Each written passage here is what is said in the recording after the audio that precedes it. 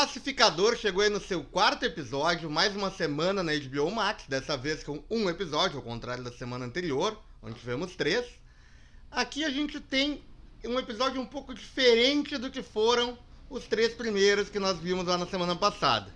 A gente tem um mergulho mais humano na psique do Christopher, do Pacificador, e a gente acaba descobrindo o que o pai dele, aquele cara reaça, aquele cara nazista que a gente viu lá no episódio anterior, o Dragão Branco, o que esse cara fez com o Christopher na infância dele para deixar o Pacificador tão traumatizado, tão bitolado.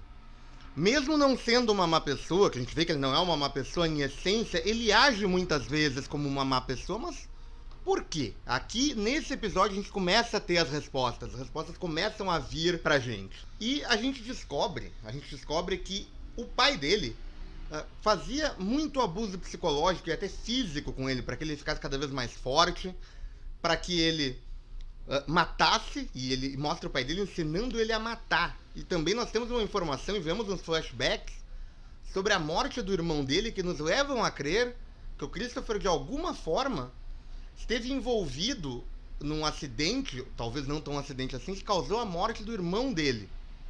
E nós não sabemos exatamente como, porque mostra um pequeno flash. Mas a gente vê que ele tem um arrependimento muito grande por esses acontecimentos do passado e pela morte do Rick Flag, que nós vimos lá no filme do Esquadrão Suicida. A gente vê também um crescimento muito grande da Adebayo, da filha da Amanda Waller.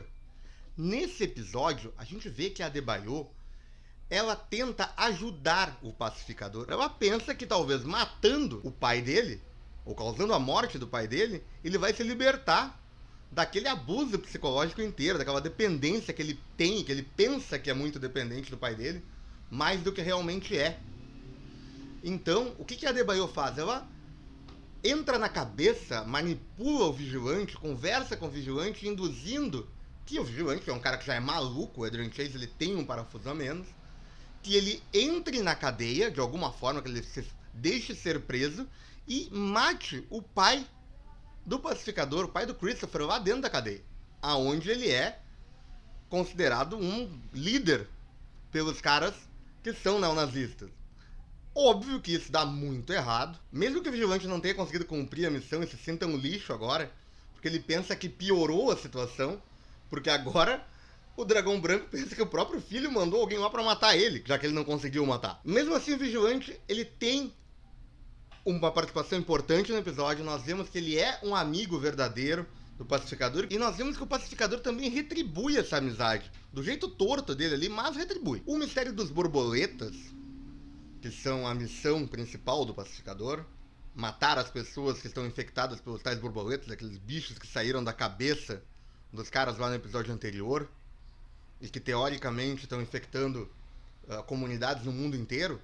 Nós descobrimos que os borboletas talvez não sejam exatamente o que nós pensávamos, ou um nível de ameaça como nós pensávamos, porque o Judo Master, que era o guarda-costas daquela família de borboletas que morreu no episódio anterior, vai falar pro Pacificador isso. Os borboletas não são o que você pensa. E toma um tiro da Adebayo. Mas o Pacificador fica muito intrigado. E nós vemos numa cena depois que, embora ele fale que matou o bicho, o tal do borboleta que saiu da cabeça do cara no episódio anterior, ele tá guardando a borboleta num pote, num vidro, e tá muito intrigado, muito com dúvidas do que é aquilo, e conversando com aquele pote e aquela borboleta viva ali dentro. É uma cena meio nojenta, tá? Ele não tá tão certo de que aquilo é um vilão de fato. E depois dessas 2 cenas em que nós vemos referências aos borboletas, nós descobrimos que o líder de campo da missão, designado pela Amanda Waller, o cara que coordena toda a missão, ele aparece se alimentando com um tubo saindo da boca dele, um tubo orgânico, igual aos borboletas fizeram no episódio anterior. O chefe do Pacificador é um borboleta. Ele já era um borboleta desde o começo e tá fazendo jogo duplo? Ou ele foi infectado de alguma forma no episódio anterior? Afinal, nós não sabemos o que são os borboletas. Eles podem infectar as pessoas? Eles são alienígenas? O que são esses borboletas? Alguém tem alguma teoria? Porque não é com base nos quadrinhos. Isso é uma coisa inventada. Esse projeto borboleta é inventado pelo James Gunn. Então, por favor, teorias aqui nos comentários. Eu quero ver que vocês têm pra me dizer sobre isso, a opinião de vocês. Eu tô apostando que não vai cair no óbvio de serem alienígenas invasores de corpos malignos. Se for alienígena, não é invasor de corpo maligno. E se for invasor de corpo maligno, não é bem alienígena. É a minha opinião, assim. Embora pode ser muito bem o clichêzão, mas não tá apontando pra isso. Então eu quero saber o que vocês acham. Deixem aí nos comentários. Ah, e até o seguinte, deixem nos comentários porque ajuda muito para que esse vídeo seja visto por mais pessoas e a gente consiga produzir cada vez mais aqui no canal. Tô gostando muito da participação de vocês. Tem vídeo que tá tendo muito view, mas o que a gente precisa no momento é de mais inscrição, mais comentário e que vocês mandem pros amigos de vocês. Muito obrigado por tudo. Um grande abraço e a gente se vê em breve. Tchau!